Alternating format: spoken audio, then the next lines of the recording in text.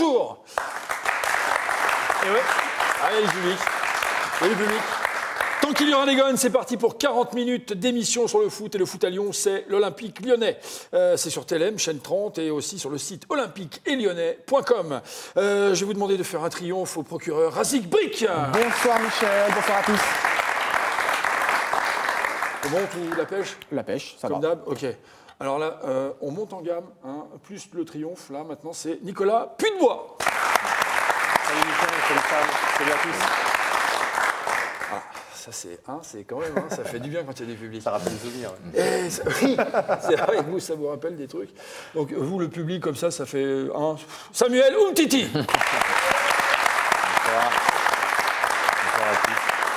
Donc Samuel Umtiti, donc, qui revient, on va dire, vivant du match de l'OM.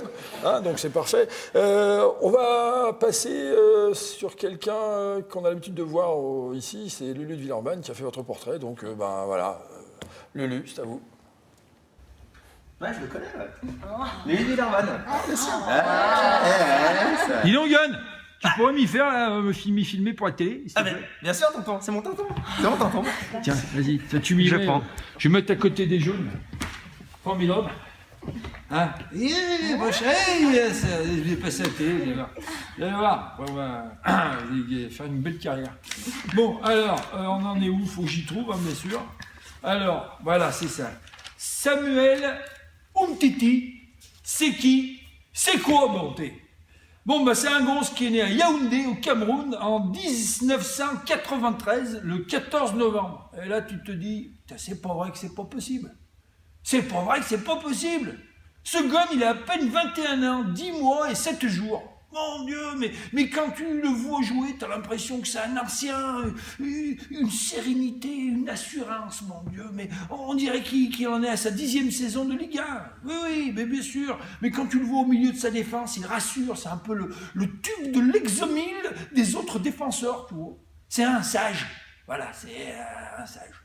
Et dire qu'il a fait son premier match de Ligue 1, il avait 18 ans, 1 mois et 24 jours. Bon, ici, c'est Suisse. On est précis, hein, attention. Lui, c'est la classe internationale. Hein. D'ailleurs, depuis 2009, hein, il a fait toutes les sélections. Voilà, moins de 17, moins de 18, moins de 19, moins de 20, espoir. Et bien maintenant, qu'est-ce qu'il fait ? Il frappe à la porte de l'équipe de France. Il frappe à la porte de l'équipe de France. Alors, au niveau des études, il a préparé un bac STG, spécialité mercatique. Ah oui, non mais ça, vous pouvez pas savoir. Non mais alors mercatique, toi tu crois que je sais pas, parce qu'en fait c'est peut-être parce que c'est pour tout ce qui est transfert mercato, vous voyez, je sais pas, non, enfin. Non, bon, on sait pas, on s'en fout en tous les cas. Bon, il a préparé tout ça à Frédéric Faïs, hein, et ça c'est où ? Sur Villeurbanne, voilà, exactement. Alors c'est un bon gun, élevé au bon air de Villeurbanne, et ça fait des beaux bébés, non, hein ? Alors Samuel Umtiti, bienvenue. Dans le temps qu'il y aura des jeunes, montez. Voilà. Bon, allez les jeunes, tiens, coupe parce qu'on va voir avec les jeunes, elles m'ont l'air bien friandes. Hein ? Ouais, attends, j'arrive, tonton.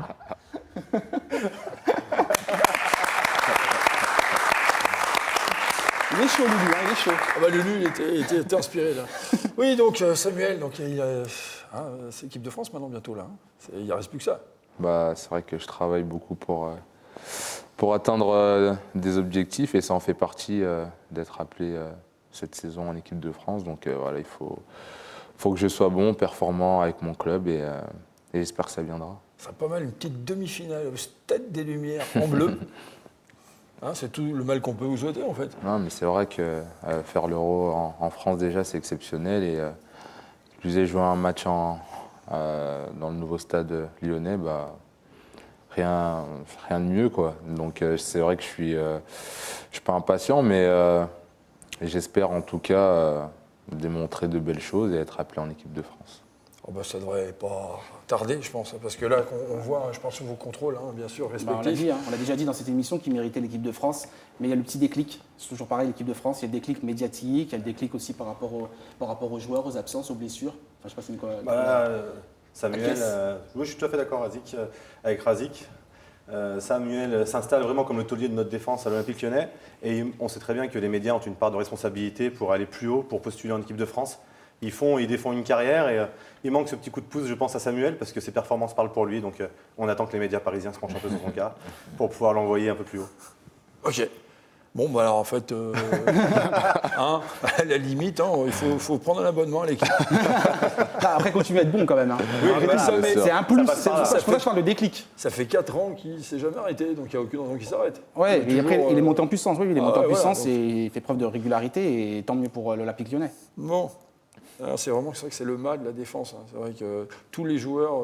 Tout le monde tourne. Là, c'est sûr. Le seul qui reste là, c'est. Un jour Bicevac, un jour Mapou, un jour un autre joueur. Oui, c'est vrai que ça tourne. Ça tourne et j'imagine que ça ne doit pas être évident au niveau de la charnière centrale où finalement tu t'es habitué. Ouais, je pense que je me suis habitué parce que c'est pas la première saison que ça se passe comme ça. Et il faut s'adapter à chaque joueur avec qui je suis susceptible de jouer.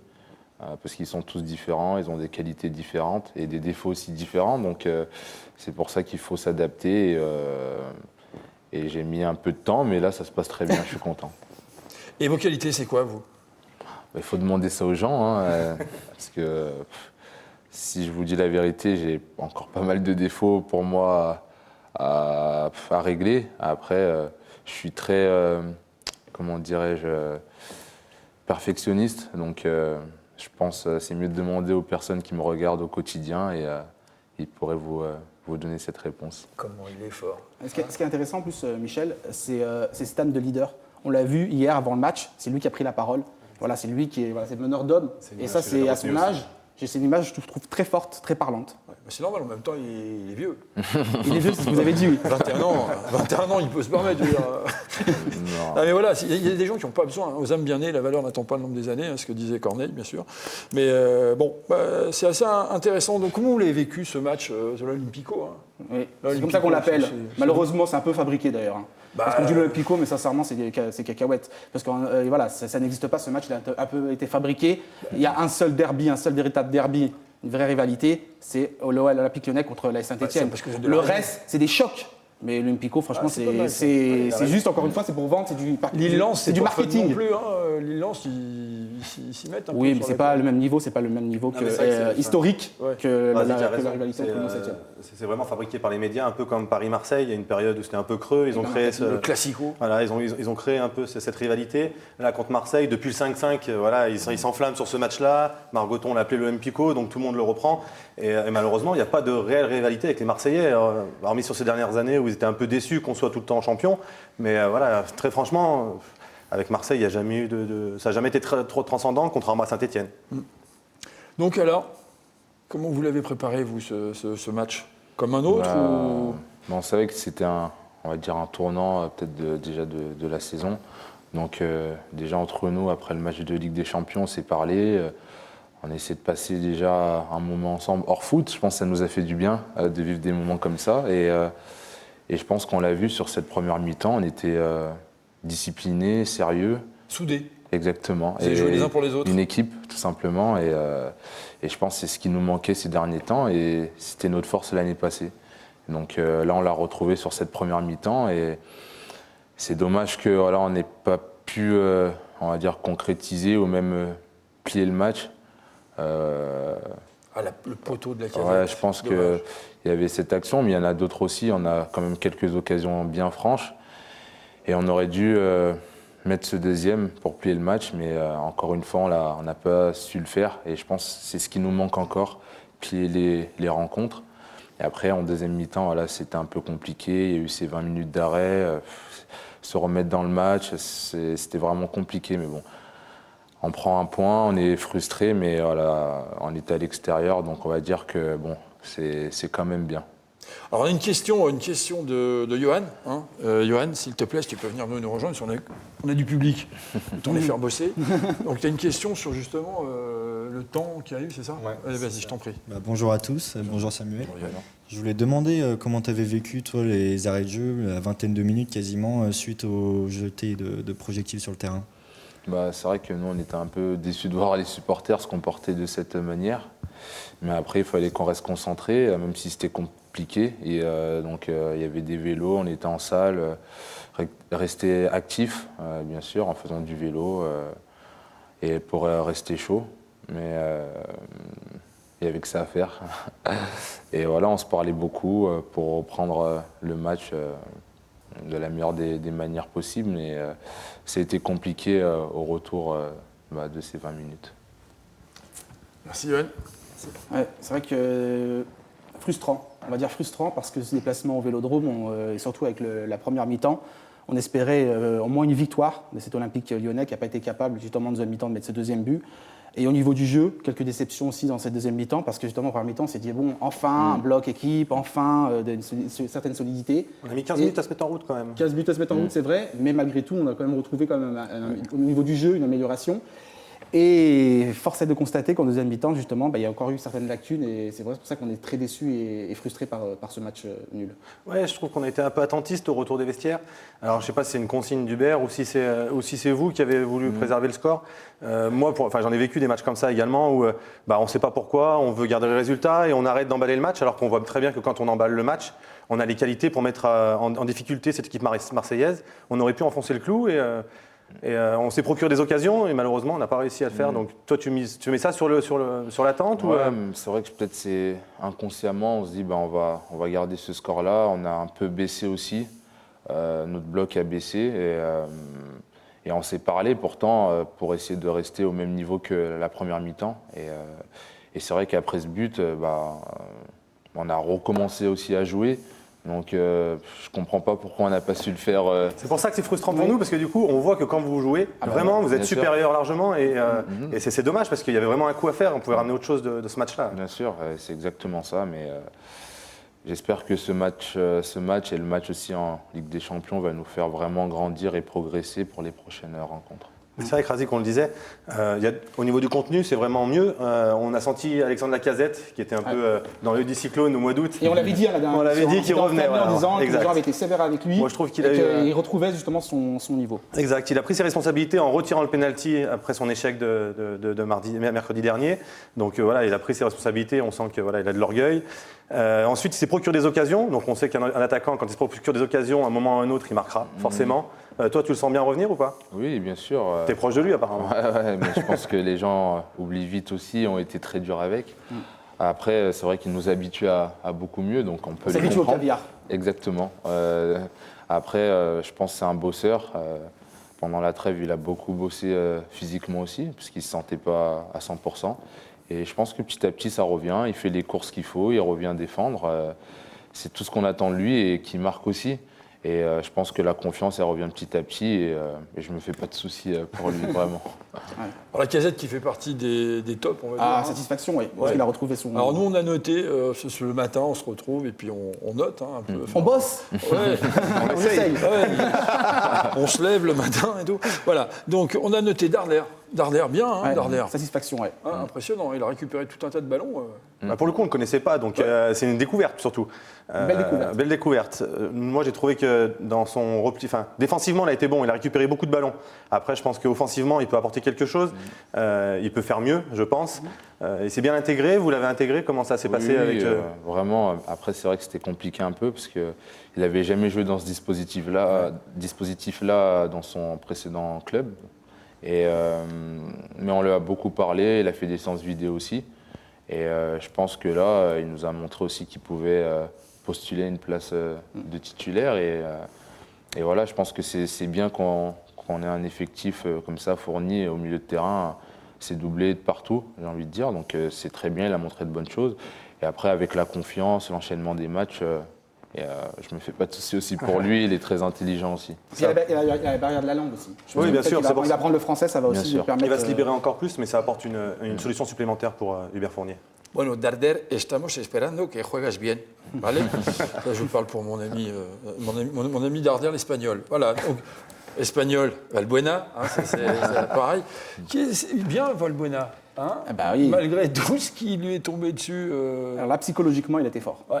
Psychologiquement, il a été fort. On parle souvent de la préparation physique, etc., tactique, et puis mentale. Et là, mentalement, il a répondu présent. Il a fait abstraction justement de cet environnement hostile. On le savait, il était préparé, il l'avait dit. Mais on a beau parler avant, lorsqu'on est sur le terrain, qu'on se fait huer comme ça, qu'on se fait insulter de tous les noms d'oiseaux et j'en passe, c'est les meilleurs. Sincèrement, voilà, il a été vraiment très solide et finalement, il a remporté sa rencontre face à ce public hostile. Ouais, c'est vrai. Pourtant, ils ont tout fait. Ils ont mis une petite statue, ils l'ont pendu. Une petite poupée gonflable. Avec des grands pieds. En plus, il n'a pas du tout des grands pieds, Valbuena. Poupée gonflable. Il chose du 36 maximum. Non, mais c'est vrai. Des banderoles, des insultes. Ça, pour le coup, c'était pas une première. Moi, j'avais vécu avec Greg Coupet à Saint-Étienne. En sortant à l'échauffement, on avait vu une poupée avec écrit Coupet. On en avait rigolé, mais donc c'est pas une première. Ou Jérémy Janot aussi, hein, quand il venait à Gerland, avec Saint-Étienne. Ça peut être choquant. C'était déjà arrivé avec les poupées, etc. Oui. J'avais pas vu ça, moi. Voilà. Je l'ai vu il n'y a pas longtemps. Moi, j'oublie les trucs quand c'est face à Lyon, j'ai honte. Pour vous faire une confidence, je l'ai vu il n'y a pas longtemps, Jérémy Janot, et on en a parlé justement. Et il me disait, franchement, honnêtement, ça reste entre nous. Donc je le dis, je fais exprès parce que je suis un journaliste, donc je dis ça reste entre nous, mais je le balance quand même. Vous êtes journaliste. Qu'il aimait bien cette confrontation avec le virage nord notamment, il aimait bien ce chambrage.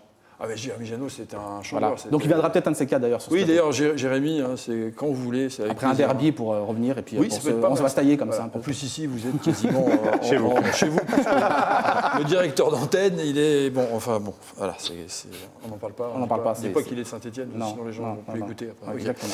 Ouais, donc Valbuena, il fait un gros match malgré l'avant-match. Donc comment vous l'avez géré, vous, ça, en interne, entre guillemets, la pseudo-affaire Valbuena, ça vous a marqué Non, pas tant que ça. Après, je pense que c'était à lui d'être fort mentalement. Et de toute façon, il a l'expérience, il savait très bien qu'on allait le siffler. Et, il fallait qu'il passe qu'il ne se préoccupe pas de tout ça. Et il l'a très bien fait. Il a été performant. Donc, franchement, chapeau à Mathieu. Ok. On avait noté les flops, on en parle des flops. De petits bémols, ouais. Il y a Claudio Beauvu qui est un peu moins bien depuis 2-3 matchs là. Il a du mal à trouver des relations avec ses coéquipiers d'attaque, que sont Valbuena et Alexandre Lacazette. Pourtant, a priori, ils s'entendent bien. Donc ça, c'est du travail à l'entraînement, c'est toujours pareil. Razik a un autre avis que moi sur le sujet, mais... Non, je me pose la question. C'est pas une avis. Voilà. Je m'interroge, j'ai dit ce matin, effectivement, est-ce que le costume n'est pas trop grand? Voilà. Donc on a un peu... Tu passes de Guingamp, où il était bon, ça reste un bon joueur, mais à l'Olympique Lyonnais, il faut se mettre au diapason, et quelque part, c'est pas évident, et ça ne veut pas dire qu'il va pas être capable. Attention. Moi, je laisserai un peu plus de temps. Contrairement à Razik, je laisserai un peu plus de temps. Non, je parle maintenant. À l'instant T, je dis juste la question, est-ce que le costume n'est-il pas trop grand? Point d'interrogation. La question se pose par rapport à ses performances. La question se pose parce que justement, il avait la possibilité, avec l'absence de Nabil Fekir, d'avoir du temps de jeu. Donc voilà, l'occasion rêvée de jouer, de prouver qu'il était capable de répondre présent avec ce maillot de l'Olympique Lyonnais. Donc voilà, force est de constater, et c'est encore une fois, c'est à l'instant T, ça ne veut pas dire que je dis qu'il n'aura pas de niveau après, c'est difficile. Parce qu'on ne peut pas lui enlever sa générosité. On sent qu'il fait des efforts, qu'il mouille le maillot, qu'il se démène, il veut bien faire. Après, il aurait la possibilité de marquer, mais on sent qu'il n'est pas en confiance, il tergiverse, il laisse la possibilité aux défenseurs de revenir. C'est dommage parce que ça aurait peut-être pu le libérer encore un peu plus. Et que ça gâche des occasions pour l'OL en fait, c'est surtout ça. Voilà, et puis lui, c'est un peu comme une spirale. Il est dans un manque de confiance, il va s'enfermer dans son manque de confiance. Les coéquipiers autour voient qu'il n'a pas confiance, ils vont peut-être moins jouer avec lui, donc voilà, on s'enferme là-dedans. Il faut qu'il arrive à ressortir avec sa générosité. J'espère pour lui qu'il va y arriver. Je pense qu'à l'entraînement, tous les feux doivent s'éteindre quand même, sinon Fournier ne le titularisait pas. Non, bah oui, exactement. Oui. Donc, c'est pour ça que je suis pas coach, c'est ça? La défenseur centrale, il botte en touche des fois. Faites gaffe. Mais après, c'est vrai que pour Claudio aussi, il faut s'adapter, parce que c'est pas le même style de jeu qu'à Guingamp. Nous, on est plus sur la conservation, le petit jeu. Et à Guingamp, c'est vrai que c'était plus, on va dire, des attaques... Kick and rush. Ouais, voilà, exactement. Donc c'est pas compliqué, mais il faut s'y mettre, quoi. Donc il faudra peut-être un peu de temps, mais on le travaille à l'entraînement. C'est vrai qu'à l'entraînement, il fait des bonnes choses. Donc voilà, il faut... Et qu'il est impliqué, etc. Voilà. On ne remet pas en cause, en tout cas, son application à l'OL. C'est pas ce qu'on dit. Et quand vous dites que le costume est trop grand, c'est juste... oui, non, mais je pense pas que ce soit une histoire de costume, c'est une histoire de... parce que là, ça veut dire... Là, bon, on va rentrer dans les incidents. Je ne sais pas si vous avez remarqué... comment il s'appelle, là, le président de... Qui ça? La Burne. Ah, non, la Brune. La Brune. C'est ça, hein, c'est Ouais, pas la Burne. Vincent, mais quelquefois, on peut Vince, confondre Vincent, avec lui. Vince, voilà. Donc, il a commencé à tacler 2-3 jours avant le match, en parlant du recrutement de l'OL, le mercato de l'OL, qui est un mercato où on va chercher à Guingamp. Ah ouais, oui, bien sûr. Voilà, oui, moi, c'est pas ce que je dis. Non, mais je sais bien, non, mais c'est pour ça qu'il faut. Parce que, attention, Beauvue, c'est quand même un excellent joueur. Oui, voilà. L'année dernière, elle a fait une deuxième meilleure buteur de la Ligue 1, donc c'est pas un inconnu non plus. C'est pas un inconnu, Après, on sait qu'il y a un temps d'adaptation pour les C'est nouveaux l'histoire joueurs, sur s'adapter à un système, créer des relations avec ses coéquipiers. Voilà, aujourd'hui, il faut lui laisser le temps, mais malheureusement, voilà, on est dans l'instantané, voilà, on est dans l'instantané et forcément, on a besoin de résultats et de performances. Ok, donc voilà, on est maintenant sur les incidents qui ont été créés. En fait, alors, ils ont commencé quoi Avant, largement avant. À la 61e minute. Non, mais ça a commencé. Non. Même avant déjà. À l'hôtel, dès le début. Et Ah bon? Mais bien sûr, dès le début. Expliquez-moi, ça m'intéresse ça. J'étais Je pense que vous savez mieux que moi. Il y a du scoop. Bah non, eux oui, mais moi non.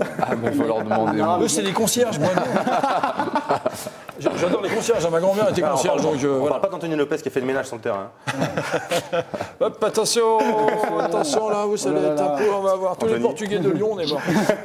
Non, mais avant, c'est très bien quand on arrive à Marseille, souvent ça arrive dès l'hôtel, dès qu'on arrive à Marseille, et ben voilà, il y a des bus, le bus qui peut être caillassé, il peut y avoir des insultes, il y a un environnement très hostile. C'est ce qui s'est passé. C'est pas nouveau à Marseille. Du caillassage. C'est pas nouveau. Non, j'ai pas ce que dit caillassage. Ah bon. J'ai dit que ce n'est pas hostile, c'est-à-dire que l'environnement hostile, ce n'est pas que ça en fait, c'est un tout. Ça fait des années que ça dure, au stade Vélodrome, on fait ce qu'on veut. C'est-à-dire les supporters marseillais, ils font ce qu'ils veulent. D'accord ? C'est limite une mafia là-bas, parce que c'est eux qui gèrent les abonnements. C'est eux qui gèrent les abonnements, donc ils sont chez eux, ils font ce qu'ils veulent. Ils font la pluie et le beau temps. Et donc Vincent Labrune, pourquoi il a fait cette sortie ? Parce qu'il ne veut pas se mettre ses propres supporters à dos. C'est de la démagogie en fait. C'est de la démagogie. Totalement. Et depuis le début, il y a un environnement hostile, même d'un point de vue médiatique. Donc ça sorti dans l'équipe magazine, c'est sorti dans les médias. La somme réclamée par Mathieu Valbuena qui sort comme par hasard de 3 jours avant, etc., etc. Donc voilà, tout est orchestré. C'est un environnement hostile depuis le départ. Ouais, parce que ça fait à peu près 1 an qu'il est en litige avec l'Olympique. Et comme par hasard, ça sort 3 jours avant. Voilà, avec l'Olympique Marseille, comment j'arrive pas à le dire, L'Olympique de Marseille. De Marseille, l'Olympique marseillais. Donc voilà, donc ça veut dire on le sait très bien. Et quand je parle de mafia, c'est-à-dire que dans le sens où c'est organisé. Voilà, j'emploie les bons mots. C'est-à-dire c'est organisé, ça veut dire qu'à Marseille, si tu veux un abonnement, il faut que tu aies acheté un club de supporters. C'est eux qui gèrent l'argent, c'est eux qui gèrent les abonnements en 2015. Voilà. Une sorte de petit village gaulois. Petit village gaulois, ils vendent des trucs, ils vendent leurs trucs. Donc. Oh, tu veux l'abonnement ? Ouais, bien sûr, je veux l'abonnement. C'est la vérité. Et je sais que c'est pas vous de le dire, mais moi je le dis. Amène les canettes. Voilà, bah oui. Et donc les canettes, c'est sympa, non, comme truc. Les mecs, ils vous invitent à l'apéro pendant un match et tout. C'est Il y avait cool. pas mal de bières, ouais. Ouais, c'est sympa, non ? C'est une bonne ambiance. Après votre repas, vous avez continué à Marseille. Quand ça arrive de haut, ça peut faire mal Ouais, sur une tête. Mais c'est ça en fait, c'est dramatique parce que moi honnêtement, moi j'aime le foot comme vous tous. Comme tous les gens qui sont aussi dans ces tribunes. On aime ces ambiances, on aime la rivalité, on aime les banderoles, on aime tout ça, ça fait partie du folklore. Mais là, balancer des bouteilles de verre, sans déconner. Des canettes de bière, etc. C'est ridicule. On peut blesser des gens, en fait. Là, c'est même plus du football. Et moi, j'ai besoin de faire le démago, je suis pas politique. Hein, parce que on sait que ça va être récupéré par tous les politiques, ils vont tous « Ah, c'est horrible, horreur !» Ça a commencé d'ailleurs. Et ça a déjà commencé. Mais ils le savent tous, ça fait des années que ça se passe comme ça au stade Vélodrome et dans certains stades français. On laisse faire. Comment en France, aujourd'hui en 2015, tu peux rentrer à quelques mois de l'Euro avec des bouteilles de bière, des canettes de bière dans un stade ? Comment tu peux rentrer avec des objets dangereux dans un stade ? C'est ça la réalité du foot français. Et personne ne le dit, on attend des incidents comme ça pour s'offusquer. Moi j'avais connu ça, mais pas. Alors il devait me connaître, parce qu'il me balançait des M&M's, il me balançait des pièces. Voilà. Donc l'argent, le sucre. Moi les canettes de bière, j'ai pas eu droit, pourtant. Par moment j'avais soif, mais voilà, on sait que ça existe. Alors là, pour le coup, c'est démultiplié à Marseille. On sait que c'est exagéré, c'est le contexte marseillais.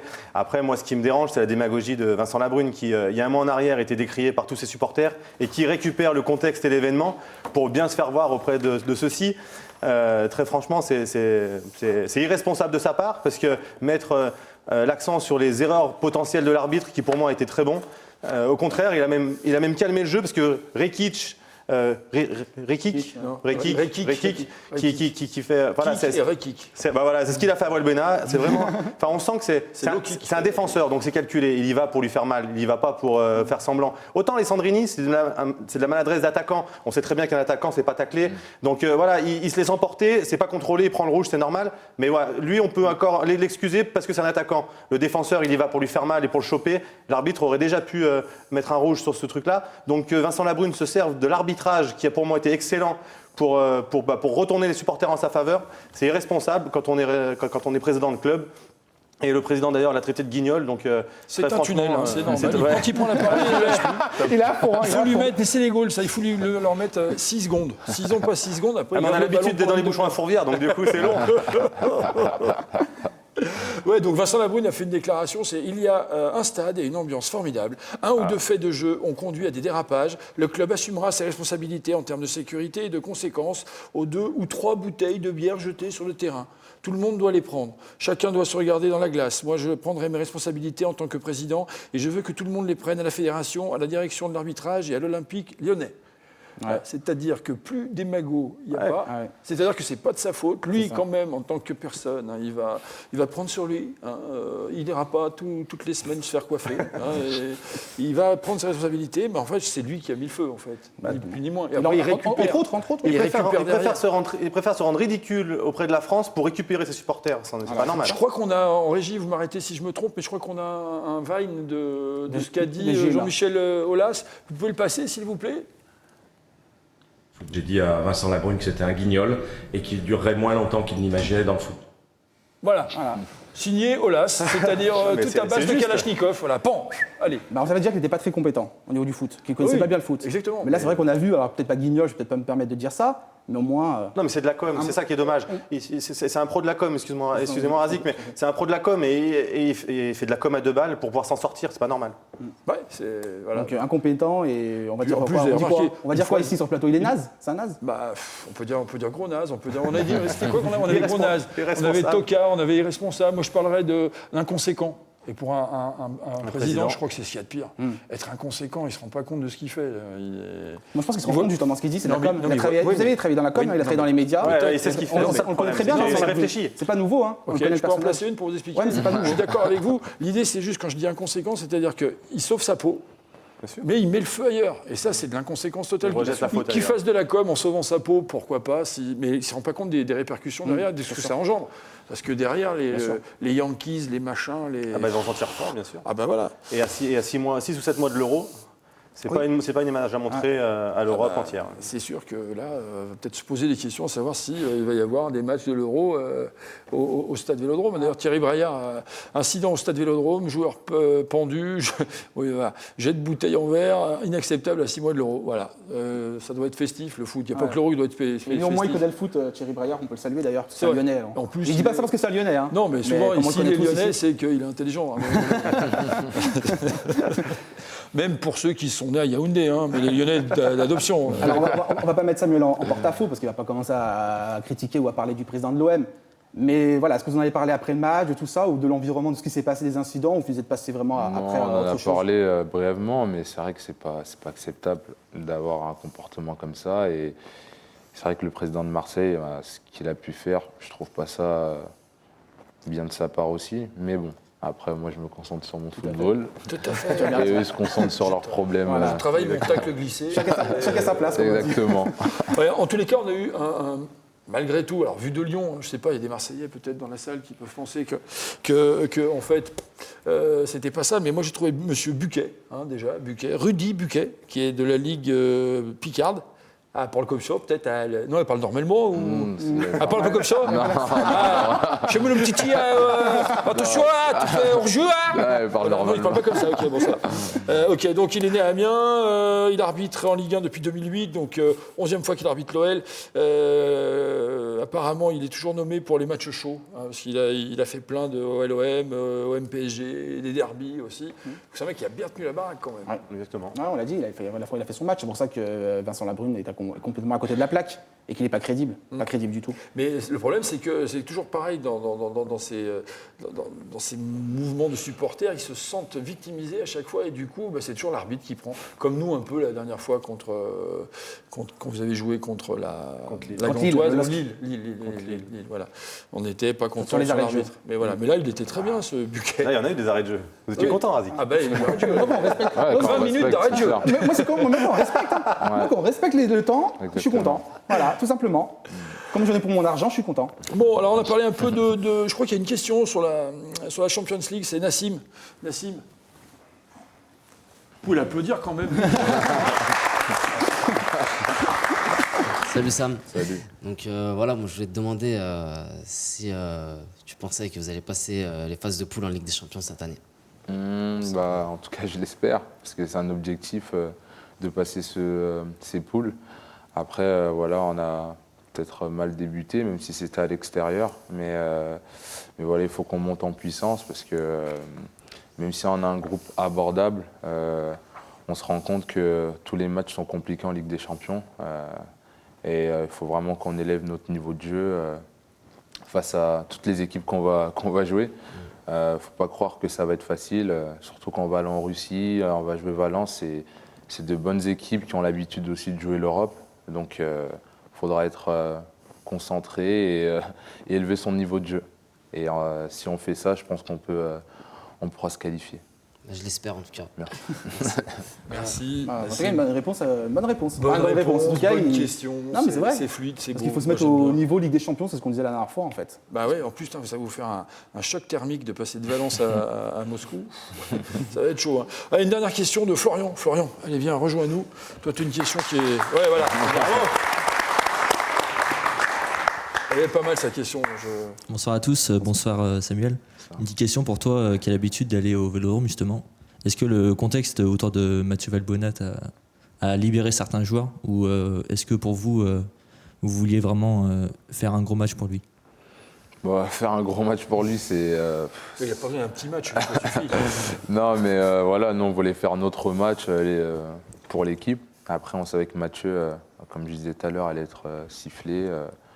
Et on sait que c'est un grand professionnel et il a l'expérience pour gérer ce genre de situation. Donc nous, il fallait juste qu'on fasse notre boulot et que Mathieu fasse le sien aussi. Mais si on commence à penser aux supporters, à l'autre, on va déjouer. Donc voilà, il fallait qu'on reste concentré sur nous, sur ce qu'on devait faire. Et on a su le faire pendant une mi-temps. Mais bon, ça n'a pas suffi pour remporter les 3 points. Merci bien. Mais pour le coup, Michel, par rapport à Valbuena, je trouve que Marseille s'est trompé d'adversaire. Ils ont joué contre Valbuena alors que nous, on a joué contre Marseille. Et c'est là où ils se sont vraiment trompés parce que... merci. C'est bien. Merci. Mais du coup, lui, il avait préparé son match, il savait à quoi s'attendre et on a senti le grand professionnel et son calme. On parlait de la préparation mentale. Lui, il a préparé son match, il n'a pas eu une réaction intempestive. Pourtant, il aurait pu parce qu'il y avait une vraie vendetta, il a morflé, il a pris des coups. Et voilà, nous, on a joué contre Marseille, eux, on joué contre Valbuena et ils sont complètement trompés. Ça, c'est beau. Oui. On devrait arrêter l'émission là-dessus. C'était... Attends, je vais faire une... Là, je suis à 2 doigts de... J'ai la larme à l'œil. Voilà. Bon, alors, incident, qui dit incident, dit Marseille. Et juste en face, il y a quoi ? Il y a aussi un Bastia. Bastia, c'est chaud aussi. Bastia, c'est quoi le lien entre Bastia et c'est chaud, souvent. On ne peut pas tirer les corners. C'est pas le Gazélec d'Ajaccio non plus, mais ça peut être chaud. Parce que vous avez des petites anecdotes. On en parlera pour le Gazélec. Pour Bastia, alors... Mais Bastia, c'est à Gerland. Ouais. Donc ça va. C'est vrai que là-bas, c'est aussi c'est compliqué de jouer là-bas. Que ce soit à Lyon, mais là, comme j'ai pu voir le dernier match face à Nice, là aussi, c'était pas facile pour les Niçois. Mais après, il faut trouver aussi les limites à ne pas dépasser. Parce que c'est vrai que quand il y a de l'ambiance, que ça chambre, c'est normal, j'ai envie de dire, c'est le foot. Mais des fois, quand il y a des jets de bouteilles en verre et compagnie, c'est pas normal, ça par contre. Et les limites sont dépassées. Et j'arrive pas à comprendre que dans certains stades, que ça se reproduise chaque saison, quoi. C'est ça, on le savait. Donc voilà, mais après, il y a de l'ambiance, et je pense que tous les footballeurs aiment jouer dans ce genre dans ce contexte-là, mais avec certaines limites.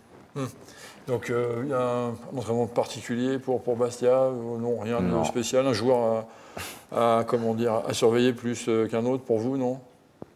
Non. J'ai des questions pourries, je sais. non, mais c'est vrai que ils ont quand même des joueurs offensivement qui peuvent faire la différence. Mais si, je le répète, collectivement, on fait le travail, on peut les mettre vraiment en difficulté. Peut-être Gaël Danic qui revient. En général, quand on revient dans son ancien club, on marque. Est-ce que vous pensez qu'il se rappelle que son ancien club, il n'a pas joué beaucoup. Mais bon, moi non plus, je n'ai pas joué beaucoup. Donc, je m'en souviens. Mais vous étiez là tout le temps. Moi, j'étais là tout le temps. C'était plus longtemps.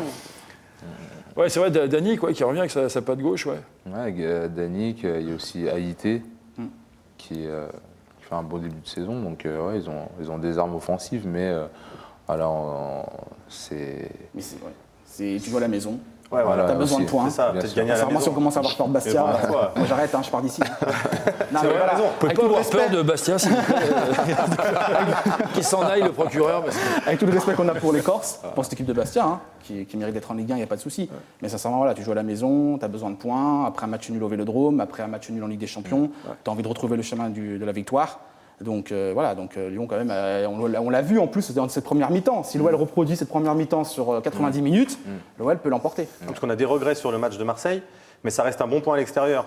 Donc après, si on veut avoir une marge de manœuvre, enfin pas de marge de manœuvre, mais pour être dans le haut du classement sur le podium, il faut gagner à domicile, faire des matchs nuls à l'extérieur. Donc voilà, pour reprendre notre marche en avant, il faut gagner à Gerland. Ouais, monsieur Bastia, bon 15e, normalement ça devrait être abordable. Hein, on va dire. Ah bah, je l'espère. Normalement, comme vous dites. On met un petit prono là, vite fait. Moi, c'est quoi pour vous le pronostic du match Lyon-Bastia? Allez, donnez-nous un score. Bah, pas encaisser de but et en marquer plusieurs. Ok. Ouais, non, mais là, vous n'avez pas gagné grand-chose. Pas encaisser de but. Ok, donc 0 pour Bastia. Et Lyon, on dit combien? À vous de voir. Non, on n'a pas le droit de parier. Vous savez. Non, mais il n'a pas le droit. 2-0 moi pour. Il a raison de créer la Ligue. Là, il y a 2-0 pour l'OL. 10. J'ai compté les doigts, il y a 10 doigts. Il y a la Ligue qui surveille. Hein. Ok, la Ligue qui surveille. Donc vous. Allez, on va dire une victoire 2-1 de l'OL. 2-1 l'OL. 2-1 l'OL. Voilà. 2-0 moi pour l'OL. 2-0 pour l'OL. Et moi j'ai envie de dire 3-0 pour Lyon parce que je suis chauvin, c'est une catastrophe, c'est n'importe quoi, je vais perdre. Donc il y a Geoffrey Dassonville qui a gagné donc, le dernier concours de pronostic. Notre précédent invité, dernier invité, Énergie Lyon. Ouais, un partout. Ouais, il a gagné. Voilà. Énergie au moi moins, j'avais mis 2-0. Pour vous dire. Ils ne sont pas bons que dans les hits, ils sont aussi bons au foot, c'est ça? C'est ça, voilà. Donc 3-0, ok, c'est parti. 2-0 pour Nico, et Razik 2-1, et vous, donc voilà, pas de but et d'autres et des buts. C'est bien. C'est ça que c'est bien, en même temps c'est point positif. On a Nico qui est ici, de voir que l'OL encaisse une bonne défense et un bon Anthony Lopez. Oui, c'est vrai. C'est plutôt agréable. C'est vrai, Anthony, de toute façon, depuis l'année dernière, on le connaît. On sait que c'est lui qui s'est installé dans les cages et il le fait plutôt bien. Il est rassurant. Je pense que pour un défenseur central, vous communiquez beaucoup. Enfin, voilà, il joue haut, donc il est proche de ses défenseurs. Je trouve qu'il y a une bonne entente entre vous et il fait les arrêts qu'il faut. Donc, quand on est défenseur central, c'est plutôt bien, non? Non, oui, c'est sûr. Il est impressionnant. Il a vraiment passé un cap depuis son début. Mais pour moi, ça ne m'étonne pas. Moi, je l'ai connu en CFA. Pour moi, il avait déjà un certain talent, même si je ne connais pas trop, je ne suis pas trop gardien, mais on sentait que voilà, il avait quelque chose déjà. Et voilà, petit à petit, il a patienté. Et là, c'était son heure. Et là, il bosse bien, il est performant. Il fait les arrêts qu'il faut au bon moment. Donc, il a gagné en sérénité aussi par rapport à la fougue quand il était plus jeune. C'est ça aussi, parce qu'avant il était un peu plus foufou, ouais, c'est vrai. Donc, mais je pense que le fait aussi d'avoir ses enfants là aussi, ça l'a un peu bien calmé et je suis content qu'il soit comme ça. Ouais. C'est rassurant d'avoir quelqu'un derrière soi comme ça, un gardien, quand on est défenseur central. Bien sûr, parce qu'on sait que tout moment on peut faire une erreur ou il peut avoir un centre, un tir et lui, il est toujours bien placé, bien positionné. Donc, il nous rassure, même dans ses sorties de balles. Donc, on est très rassuré avec lui. Michel, il nous reste du temps ou pas? Il nous reste, on va dire quoi, allez, une petite 2 minutes. Petite question. Allez, petite question, moi, c'est sur un peu l'état d'esprit général, parce qu'on disait que souvent, avec les prolongations de contrats, etc., les augmentations de salaire, que vous avez pris un peu le boulard. Ça vous agaçait, vous les joueurs, qu'on le dise? On le lit beaucoup, on entend beaucoup des supporters qui se disent peut-être qu'ils ont pris ces jeunes un peu le boulard, justement. Voilà, est-ce que tu peux nous parler un peu de ce contexte, un peu de cette ambiance au sein de l'équipe, en fait? Ouais, prendre le boulard, en tout cas, je pense pas. Parce que on a prolongé pour la plupart. Je pense vu la saison qu'on a pu faire, on méritait. Bien sûr. Après, c'est vrai qu'on touche une certaine somme. Vous ne l'avez pas volé, quoi. C'est fait partie du jeu. On ne l'a pas volé, mais après, c'est le foot qui est comme ça. Peut-être c'est des sommes pour certaines personnes qui sont, on va dire, trop importantes. Mais c'est comme ça. Mais franchement, on a continué à travailler. Il faut se dire aussi qu'il y a les arrivées de certains joueurs aussi, donc il fallait qu'on trouve les automatismes. Donc on a tout de suite parlé du fait qu'on est prolongé, mais pour moi, c'est pas ça du tout.